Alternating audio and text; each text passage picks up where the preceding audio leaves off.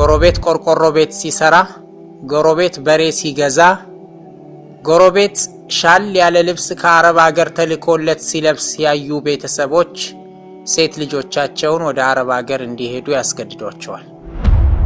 ከተጋቡ ከ3 ከ4 ከ5 ዓመት በኋላ እንጂ የማይወልዱ አሉ። መሃን ሆነው ነው አይደለም።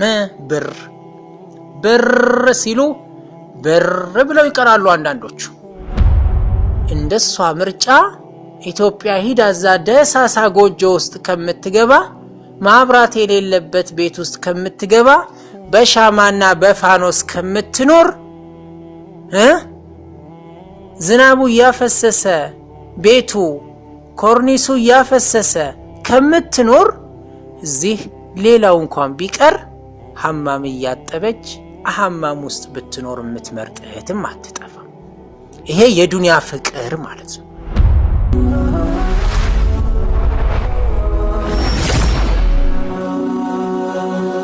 ሰብስክራይብ በማድረግ ቤተሰብ ይሁኑ። ቢስሚላሂ الرحمن الرحيم الحمد لله رب العالمين والصلاة والسلام على من أرسل رحمة للعالمين محمد بن عبد الله وعلى آله وصحابته والتابعين لهم بإحسان إلى يوم الدين. أما بعد فالسلام عليكم ورحمة الله وبركاته. የዛሬው የዕለተ ረቡዕ የመወያያ ርዕሳችን እህቶቻችን ወደ አገር ቤት ለመመለስ የሚከብዳቸው ለምንድነው? ለምንድነው ወደ አገራቸው መመለስ የሚቀፋቸው? ለመሆኑ የሚያነሷቸው ምክንያቶች ብቁ የሆኑ ምክንያቶች ናቸው ወይንስ ላለመረታት ብለው ራሳቸውን ማሸነፍ አቅቷቸው ነው? 10 ዓመት 15 ዓመት 5 ዓመት 6 7 ከዛም በላይ ድንገትም እስከ 20 ዓመት የሚደርስ እድሜ እዚሁ ያሳለፉ እህቶቻችን ይኖራሉ። በነገራችን ላይ እምንዳስሰው እዚህ ትዳር መስርተው ወልደው የሚኖሩትን አይደለም። እነሱማ በቃ ከልጆቻቸው ጋር ከባሎቻቸው ጋር እዚሁ ይኖራሉ። እነሱ ተደላድለዋል ማለት ይቻላል። ትዳር ውስጥ ያልገቡ የሆኑ እህቶቻችን እዚህም ትዳር አልመጣም አገር ቤት ሂደውም ደግሞ እድላቸውን እንዳይሞክሩ ወደ አገር ቤት መመለስ ይቀፋል፣ ይከብዳል የሚሉ እህቶቻችን አሉ። ለመሆኑ የሚያነሷቸው ምክንያቶች ምንድናቸው የሚለው እያንዳንዳቸው የራሳቸው የሆነ ምክንያት ይኖራቸዋል።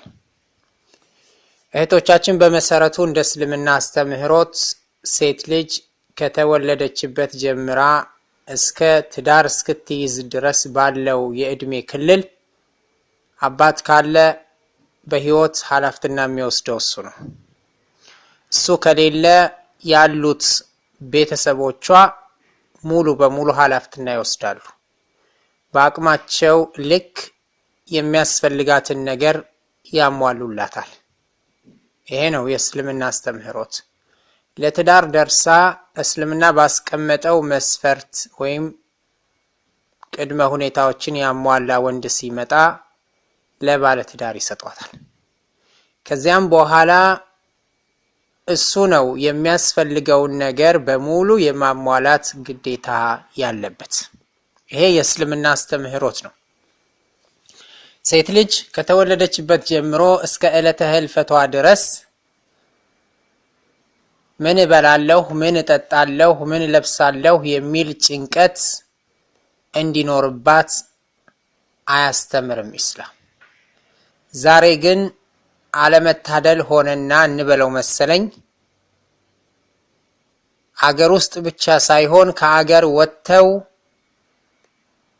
ስንት ሺህ ኪሎ ሜትሮችን አቋርጠው ማይሎችን አቋርጠው እንደው ሻል ይላል የሚባለው በአውሮፕላን ወደ አረብ ሀገር፣ ወደ ኢሮፕ፣ ወደ አሜሪካ፣ ወደ ቻይና፣ ወደ ሌላ ወደ አፍሪካ ሀገርም የሚሰደዱ አሉ።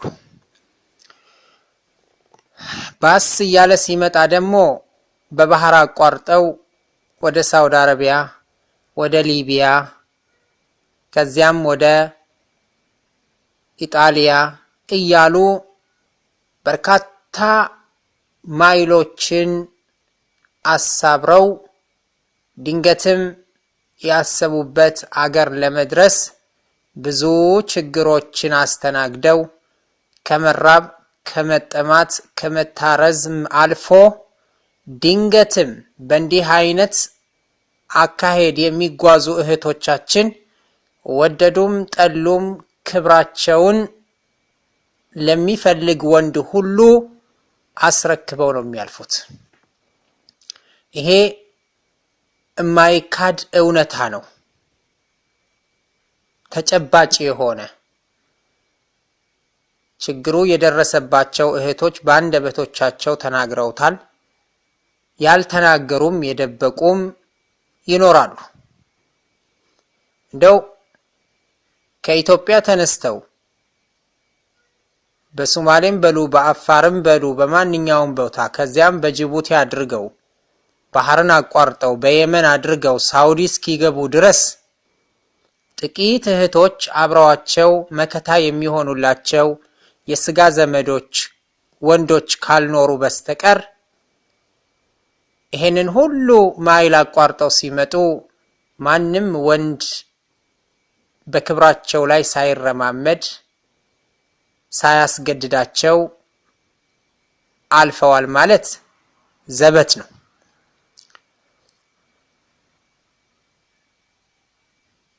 ይሄ ሁሉ መከራ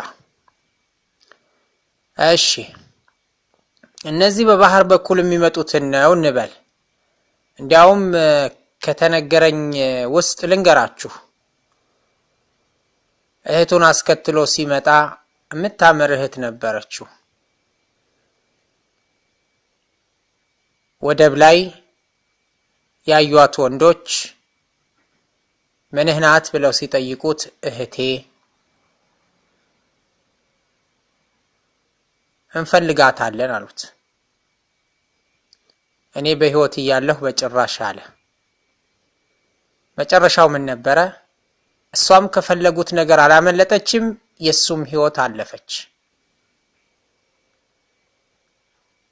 ይሄ ሁሉ ያስጠይቃቸዋል። በነገራችን ላይ አንዲት ሴት ከቤቷ ወጥታ እንኳን በባህር አይደለም በረሃ አቋርጣ አይደለም በአውሮፕላን ያለ ማህረም መንቀሳቀስ እንደማትችል ሁላችንም እናውቃለን። ድንገትም ከአገር የወጡ በርካታ እህቶቻችን ይህንን ነገር ላያውቁት ይችሉ ይሆናል። ሆኖም በገዛ እጃቸው የሚበሉት የሚጠጡት አጥተው ሳይሆን ቢያጡም እዛው ቢሞቱ ይሻላቸዋል በረሃብ የማንም ወንድ ጋጠ ወጤ መጫወቻ ከመሆን። ከዛም አልፎ ከሚደርስባቸው ጉዳት የተነሳ በረሃ ላይ ህይወታቸው የሚያልፉ በርካታ እህቶችና ወንድሞች አሉ። እውነት አገር ቤት ኢትዮጵያ ገጠርም ሆነ ከተማ ውስጥ የሚላስ የሚቀመስ ጠፍቶ ነው?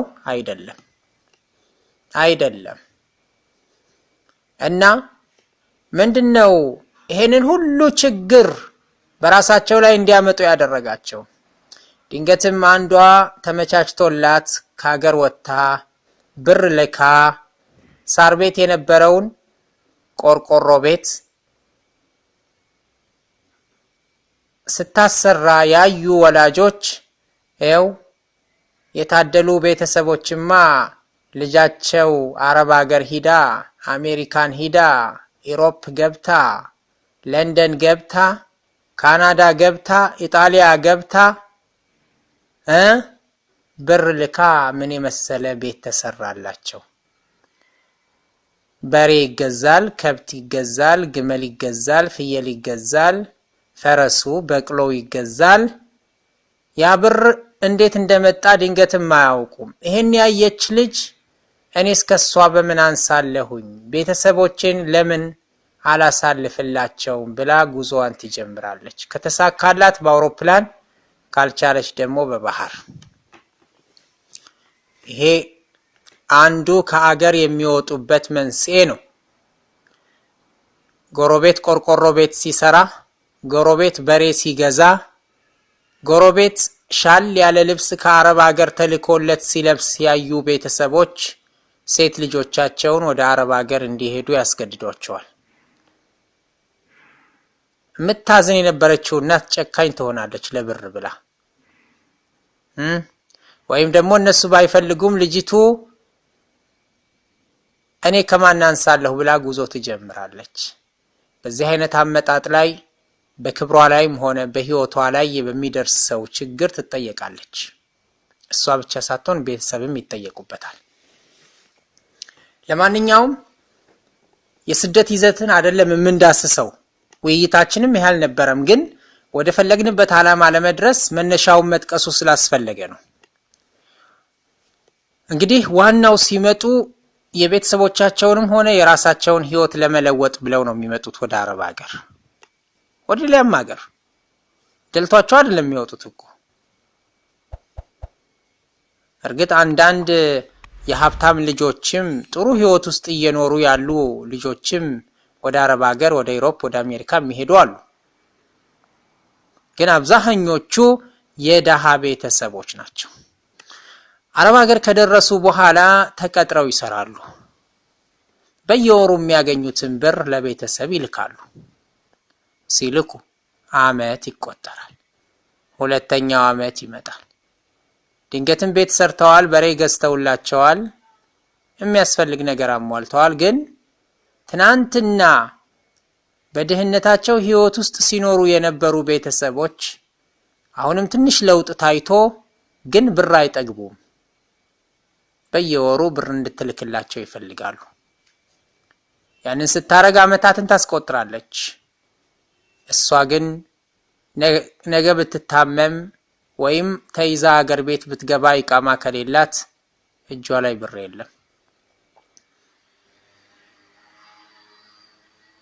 ለረጅም አመታት እዚህ የሚያሳልፉት ቤት አልሰራሁም፣ የጀመርኩት ቤት አላለቀም፣ ቤተሰቦቼን ከገጠር ወደ ከተማ ማምጣት እፈልጋለሁ፣ እናትና አባቴን ሐጅ አስደርጋለሁ፣ ወንድሜን ማምጣት እህቴን ማምጣት እፈልጋለሁ ሲሉ በየወሩ የሚያገኙትን ብር ለዚህ ነገር እያዋሉ ምንም ነገር እጃቸው ላይ ሳይኖር አመታትን ያስቆጥራሉ።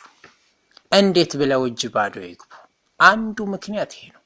እንዴት ድንገትም ለቤተሰብ ሲልኩ አመታትን አስቆጥረው የአላህ ውሳኔ መጥቶ ተይዘው ወደ ሀገር ቤት ቢገቡ ፊቶቻቸውን ያዞሩባቸዋል። ለኛ ብለሽ እኮ ነው ይሄን ያህል አመታት የለፋሽው ብለው የሚሉ ቤተሰቦች በጣም ጥቂቶች ናቸው። ምን ይዘሽ መጣሽ? ስንት ብር አለ እጅሽ ላይ ይላሉ። አረብ ሀገር ብር የሚታፈስ መስሏቸው።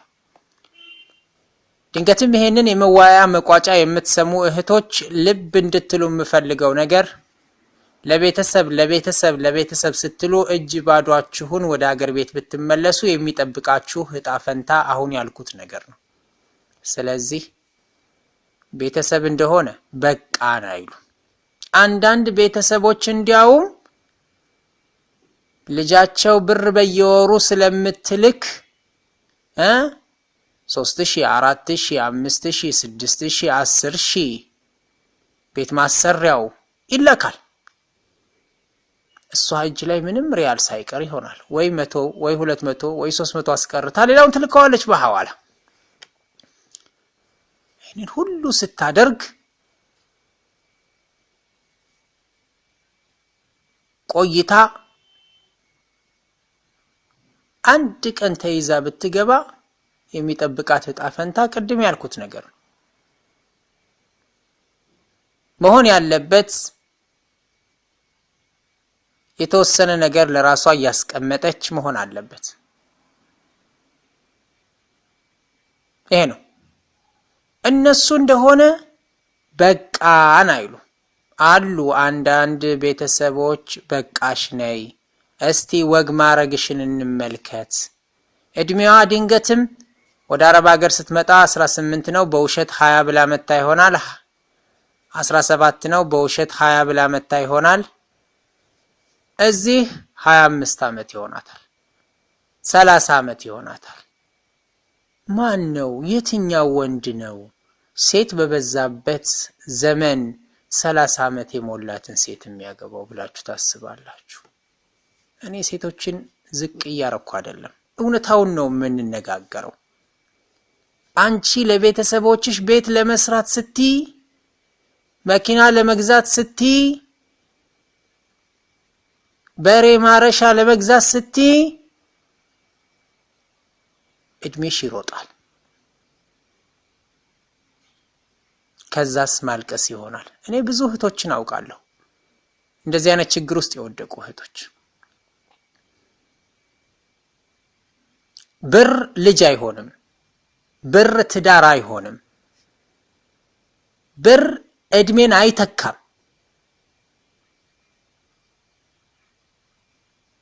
ስለዚህ ወሰን ሊኖረው ይገባል። አረብ ሀገር የምትኖሩበት ገድቡ ይብቃ። ከዛ በኋላ እጃችሁ ላይ ብር ኖርም የተጀመረው ቤት አለቀም አላለቀም ወደ ሀገር ቤት ለመግባት ወስኑ። እዚሁ ጣፈንታችሁ ተስተካክሎ ትዳር ከያዛችሁ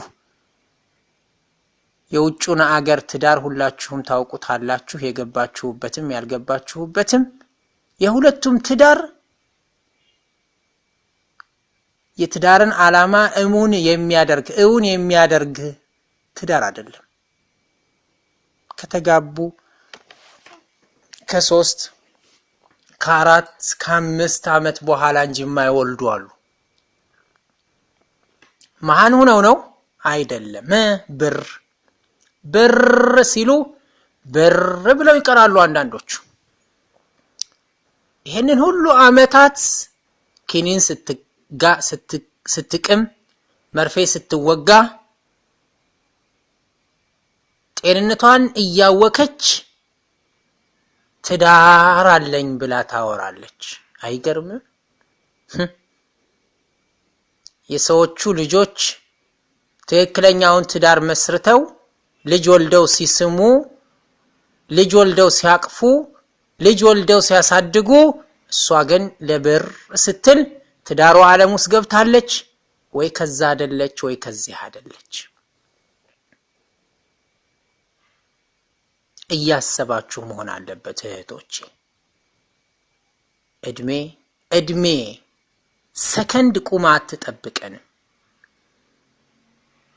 ስለዚህ አንዱ እህቶቻችን ወደ ሀገር ቤት የማይመለሱበት ምክንያት የጀመርኩትን ነገር አልጨረስኩም። መቼ ነው የምጨርሽው? አላውቀው። ይሄን የጀመርሽውን ነገር ከመጀመርሽ በፊት የነበሩት ፋሚሊዎችሽ ይሄ ነገር ቢቋረጥ ይሞታሉ? አይሞቱ። ጨረሽውም አልጨረሽውም ያንቺ እድሜ ግን እየገሰገሰ ነው ያለው። አገር ቤት ቢሄድስ እዛ ትዳር ማን አስቀምጦልኝ? አው ትክክል። ፕሮሚስ የተገባልሽ ነገር የለም። ሆኖም ግን እውጭ ዓለም ላይ ሆኖ ከማታውቂው ሰው ጋር ወደፊት ገና አተፈላልጋችሁ ከሚታሰብ አገርሽ ገብተሽ እናት አባትሽ ጋር ቁጭ ብለሽ ዱዓ ያደረጉልሽ ከሚያውቁሽ ሰዎች አላህ ባለው ሰዓት ይመጣል። አግብታችሁም ብር የለንም፣ ቤት አልሰራንም፣ መኪና አልገዛንም። የትኛው መኪና? እዚህ ለሚሾፍረው መኪና ገና እስኪገዙ ድረስ መውለድን ያቆማሉ ሙሉ በሙሉ። ይሄ ትልቅ ወንጀል ነው። ይሄንኑ ሲሉ መለኩል መውት መጥቶ ወይ እሷን ወይ እሱን ወይ ሁለቱንም ይዟቸው ይሄዳል። ይረሳሉ፣ ምትክ የላቸው። ሌላው ምክንያት የኢትዮጵያ የኑሮ ሁኔታ ነው። አንዷ ኢቃማ ኑሯት ኢጃዛ ሂዳ ስትመለስ አረ ኢትዮጵያ፣ አረ እዚሁ ይሻለኛል፣ እዚሁ የአረብ ቤት ገረድ ሁኜ ብኖር ይሻለኛል ስትል ከሰማች ሌላኛዋ እህት እኔም መወሰን አለብኝ ትላለች። አዎ እዚህ በጋላ ነው የምትሉት፣ ሱቅ ገብታችሁ በ5 ሪያል ለበን ትገዙ ይሆናል፣ በ7 ሐሊብ ትገዙ ይሆናል። ምግቦችን በቀላል ብር ታገኙና ትመገቡ ይሆናል አይደል? አዎ ይሄንን የለመዱ እህቶች ወንድሞች እንዴት ብለው ኑሮ በናረበት ጊዜ ኢትዮጵያ ይገባሉ? ማይታሰብ ነገር አይደለ? ቤተሰቦችም አረ ልጄ ወደዚያ አታስቢ የሚሉም አሉ። አታስቢ፣ እንደው የተወሰነ ብር ባንክ ውስጥ እስኪኖርሽ ድረስ አታስቢ። ጤፉ ተወዷል፣ በርበሬው ተወዷል፣ ጨው እንኳን ሳይቀር ተወዷል። ማብራት በተራ ነው፣ ውሃ ሰልፍ ነው። ይሄንን ሁሉ ሲነግሯት እዚህ አረብ ቤት ተቀጥራ ተሰድባም ተዘልፋም ተርባም ቢሆን ብር ታገኛለች አይደል? ኢጃዛ ስትወጣ ብዙ ብሮችን ልደሰት ብላ ታባክናለች። ይሄንን እዛ ታገኘውማ። ስለዚህ ቤተሰብም ጓደኛም የኢትዮጵያን የህይወት የኑሮ መናርን በዜናም ሲሰሙ እንዴት ብለው እንግባ ብለው ያስባሉ? ታዲያ ሁለተኛው ችግር ይሄ ነው። ትናንትና በድህነቱ ዓለም ስትኖሪ የነበርሽው ዛሬም ላይ አልፍልሽ እንዴት ብዬ ኢትዮጵያ ገብቼ እንዴት እኖራለሁ አለምደውም የሚሉም አሉ። አረ እንዴት ተብሎ ይለመዳል? የአረብ አገር የአረብ ቤቶች ሐማም ቤትና እነሱ የሚኖሩበት ቤት ሲነጻጸር ኢትዮጵያ ያለው ቤት ሲነጻጸር ምን ያገናኘዋል? ስለዚህ እንደሷ ምርጫ ኢትዮጵያ ሂዳ እዛ ደሳሳ ጎጆ ውስጥ ከምትገባ ማብራት የሌለበት ቤት ውስጥ ከምትገባ በሻማና በፋኖስ ከምትኖር ዝናቡ ያፈሰሰ ቤቱ ኮርኒሱ ያፈሰሰ ከምትኖር እዚህ ሌላው እንኳን ቢቀር ሐማም ያጠበች ሐማም ውስጥ ብትኖር የምትመርጥ እህትም አትጠፋም። ይሄ የዱንያ ፍቅር ማለት ነው።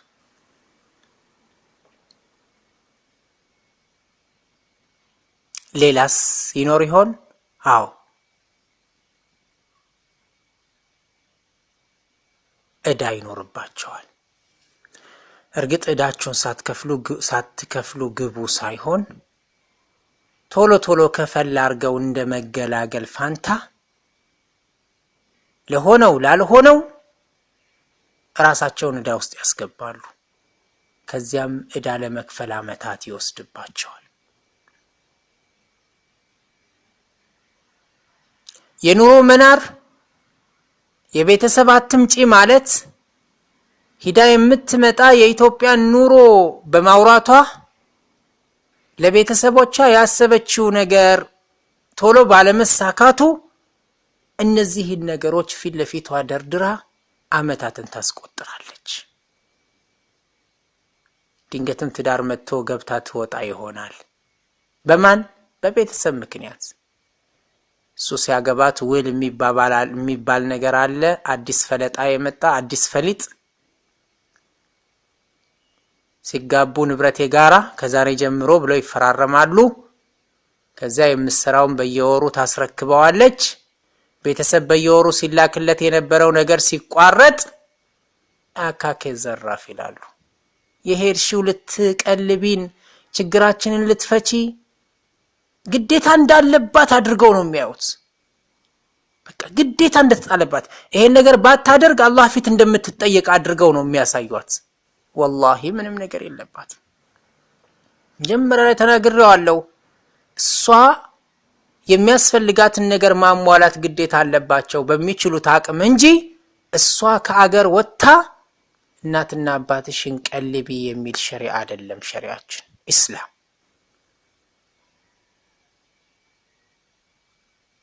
ማህበረሰቡ ተባብሮ እቺን እንስት ለወግ ማዕረግ ማብቃት አለበት። ግን አልታደለም ማህበረሰቡም ቤተሰቡ። ከዚያም ያብር ሲቋረጥ ካልፈታሽው አለበለዚያ ልጅ አይደለሽም ይሏታል። ከዛ የእናት ሐቅ አለ የአባት ሐቅ አለ ተብላለች፣ ሰምታለች። በዳዕዋ ትንሽም ቢሆን ካልፈታኸኝ አካኬ ዘራፍ። ምን ነው በቃ ካልፈታኸኝ ወይ ቤተሰቤ ልርዳ ወይ ፍታኝ፣ ትዳርሽ ይበልጥብሻል ይላታል። እሱም ድንገትም አስቦላትም ሊሆን ይችላል፣ ብሩንም ፈልጎ ሊሆን ይችላል። እሱ ይሄ ትዳር ላይ ያዛልቅም ይችል ይሆናል። አንዳንድ እህቶቻችን ላይ እንደሚከሰተው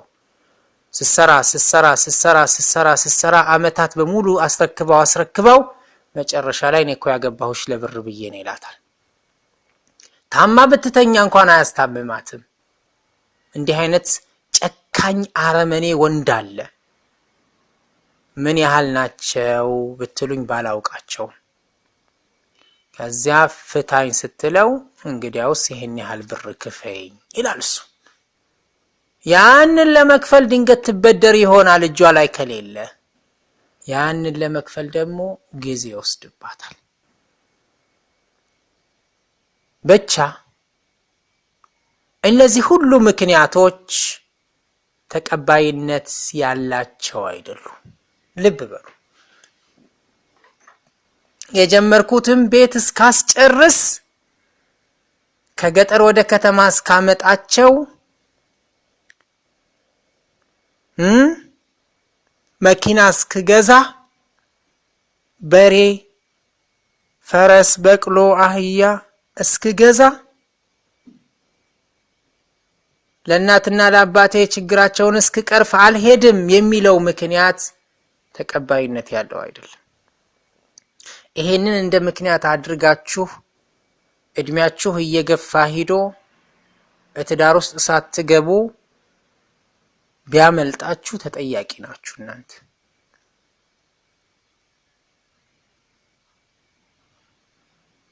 በርካታ ምክንያቶች ይኖራሉ፣ መሰረተ ቢስ የሆኑ ምክንያቶች። አንኳሮቹ እነዚህ ናቸው። እነዚህ እንኳን እንደ ምክንያት አይቆጠሩም ከተባለ ሌሎቹ ደግሞ ቦታም አይሰጣቸው። አንዳንድ እህቶቻችን ብኩኖች ናቸው። ብኩኖች ማለት ሙስሪፎች ናቸው። ድንበር ያልፋሉ። የላቤ እኮ ነው ይላሉ። በኢጃዛ ሲገናኙ እንደፈለጉ ያደርጉታል። ለራሳቸውም እኮ አይደለም የማይበሉትን የማይጠጡትን ገዝተው ጭነው እቤት ይገባሉ። ከዛስ ጎረቤቱንም የሚያውቁትንም ጓደኛ ወንዱንም ሴቱንም ሰብስበው ሲመግቡ ሲያጠጡ ያነጋሉ። ቢያንስ በየሳምንት ኢጃዛ ላይ 200 300 ከዚያም በላይ ሪያል ያልቃል። ይሄ በትንሹ ነው። በአጉል ሱስ ውስጥ የገቡ ደግሞ ከሆነ ሺሻው አለ፣ ምኑ አለ፣ ጎሮ አለ፣ ብዙ ብሮች ይወጣሉ። የማትለብሰው ልብስ የሚበቃት እያላት በየኢዱ በየኢጃዛው ሱቅ ለሱቅ ይዞራሉ። ሞባይል አንድ እየበቃት 3 4 5 ሞባይል ትገዛለች። ለምን ስትባል የላቢ አይደለ ምን አገባችሁ በገንዘብ አይደለ። እነዚህን ትርክምርኪ ነገሮች ተጨማሪ የሆኑ ትርፍ ነገሮችን በማግበስበስ መቼ ነው ታዲያ ወደ ኢትዮጵያ የሚገባው? እንደው እውነቱን እናፍርጠው። መቼም አልሐቁ ሙሩን ብለዋል፣ ሐቅ ይመራል ተብሏል። የምንገዛቸው ልብሶች እንዳቅማችን መሆን አለባቸው። ጫማዎቹ እንዳቅማችን መሆን አለባቸው። እከሌ የ500 አባያ ስለገዛች አንቺም የ500 አባያ መግዛት አለብሽ። ፉክክር ነው። 1000 ሪያል አውጥታ አንድ የጣት ቀለበት ስለገዛች ወይም 2 ስለገዛች አንቺም መግዛት አለብሽ አይባል። በዚህ አይነትማ ለልብሱም ለጫማውም ለሚበላው አረቦቹ ኢድ በመጣ ቁጥር የቤት ዕቃቸው ሙሉ በሙሉ ይቀይራሉ። ይሄንኑ ፋሽን ኢትዮጵያውያን እህቶቻችን ወደ ቤቶቻቸው አምጥተዋል። صح ታዲያ አንቺ ደሞዝሽን ለተጨማሪ ነገሮች ባይደረጉ እድሜሽን አይቀንሱ፣ መልክሽን አይቀንሱ፣ ሰው አግበሰበሽለት፣ አበላሽው፣ አጠጣሽው፣ ስታስጨፍር ያሳደርሽው የሚጨምርልሽ ነገር የለም። ስንት ወንዶች ናቸው በእህቶቻችን ገንዘብ በኢጃዛ ሲጨፍሩ የሚያድሩት? ለሰርግ የሚወጡ ብሮች፣ ሰርግ ከተጠራች አዲስ ልብስ አዲስ ጫማ መግዛት አለባት። ለምን? እዛ ቦታ ላይ ለመታየት ነው። صح አረ ስንቱ። ታዲያ እነዚህ መሰረተ ቢስ የሆኑ ነገሮች ሞባይል መደወያ ነው አይደለ? ትምህርቶችን ማዳመጫ ነው አይደለ? የ500 ሪያል ሞባይል እየበቃ የ1000 የ2000 የ3000 ሞባይል የሚገዙ አሉ። ድንገትም ይሄ ሞባይል ብዙ ሳይጠቀሙበት ወይ ይሰበራል ወይ ይሰረቃል አይደል? አቅማችንን አለማወቃችን፣ የመጣችሁበትን ዓላማ መዘንጋታችሁ፣ አለመያዛችሁ፣ አለመቆጠባችሁ፣ መቆጠብና መሰሰት ይለያያል። ይሄ ብኩንነታችሁ ወደ አገር ቤት እንድትመለሱ ያደርጋችሁ። ስለዚህ እህቶች ትዳር ውስጥ ያልገባችሁ እድሜያችሁን እዩት። ዛሬ 20 ብትሆኚ ነገ 25 ትሆኛለሽ። ዛሬ 25 ብትሆኚ ነገ 30 ትሆኛለሽ። ዛሬ 30 ብትሆኚ ነገ ስትይ 35 ይገባል። በገዛጅሽ ህይወትሽን አታበላሹ እባካችሁ። በተቻለ መጠን ነገ ዛሬ ነገ ከነገ በስቲያ ስትሉ ህይወታችሁን አትግደሉት እባካችሁን። እህቶች ቆም ብላችሁ አስቡ። እዛ ብሄድ ምን ይመጣልኛል? ሄዱና ሞክሩት። እኔ ይሄን ነገር ስናገረው ግዴታ ያደረኩባችሁ አይደለም። ድንገትም አዳምጠውት ምን እያለ ነው አብዱል መጂድ ትሉ የሚሉ እህቶች ይኖሩ ይሆናል። ግን ዛሬ ሳይሆን ጊዜው ካመለጠ በኋላ ጣቶቻችሁን ሳይሆን እጃችሁን የምትነክሱበት ጊዜ ይመጣል። የተከሰተ ነገር ስላለ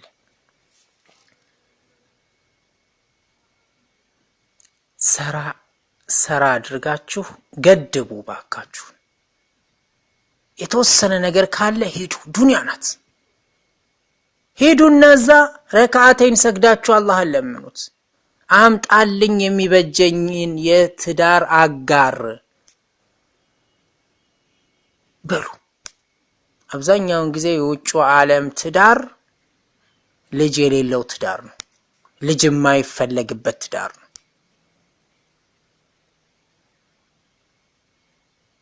ስለዚህ በርካታ ምክንያቶችን ጠቅሳችኋል። እናንተም እንግዲህ ዋናዎቹ እነዚህ ናቸው። አስቡበት ለማለት ፈልጌ ነው።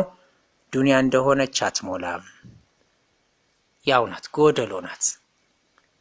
ለጎደሎዋ ዱንያ ብለን ነገ ብንሞት እንኳን ዱዓ የሚያደርግልን ልጅ ሳንወልድ እንዳንሞት። ስንቶቹ እህቶቻችን አይደለ ያበዱት? ስንቶቹ እህቶቻችን አይደለም እንዴ እድሜያቸው አልፎ ባል እያሉ ቁጭ ብለው የሚያለቅሱት? ከየት ይምጣ? አሮጊቷን ያገባል እንዴ ወጣቶች ሞልተው እንዴት? የወንዶችን ባህሪ ታውቃላችሁ? በአሁን ሰዓት ከስንት እስከ ስንት የእድሜ ክልል ያሉትን ሴቶች እንደሚፈልጉ። ቤተሰብ እንደሆነ በረካ ሁኚ፣ ይሄን አርገሽልናል፣ ይበቃል ነይ የሚሉት ጥቂቶች ናቸው። አብዛኞቹ ወደዚህ እንዳታስቢ፣ ፊትሽን እንዳታዞሪ ነው የሚሉት። ለምን? በየወሩ የሚላክ ብር አለሃ፣ ይቀራል። ያ ነገ ብትታመምሳ ብትሞትሳ ይቀራል። ስንት እህቶቻችን አይደለ ወግ ማዕረጋቸውን ሳያዩ አረብ ቤት የሞቱት፣ ጭንቅላታቸው ተነክቶ ራሳቸውን ከላይ ወደታች የፈጠፈጡት፣ ታንቀው የሞቱት፣ የተገደሉት፣ እስር ቤት ያሉ ስንትና ስንት እህቶቻችን አሉ አይደለ? ያንቺስ ዕጣ ፈንታ ምን ይሆን እህት? አስቡ።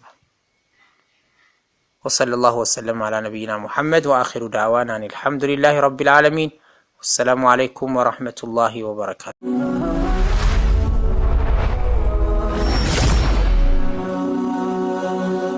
ሰብስክራይብ በማድረግ ቤተሰብ ይሁኑ።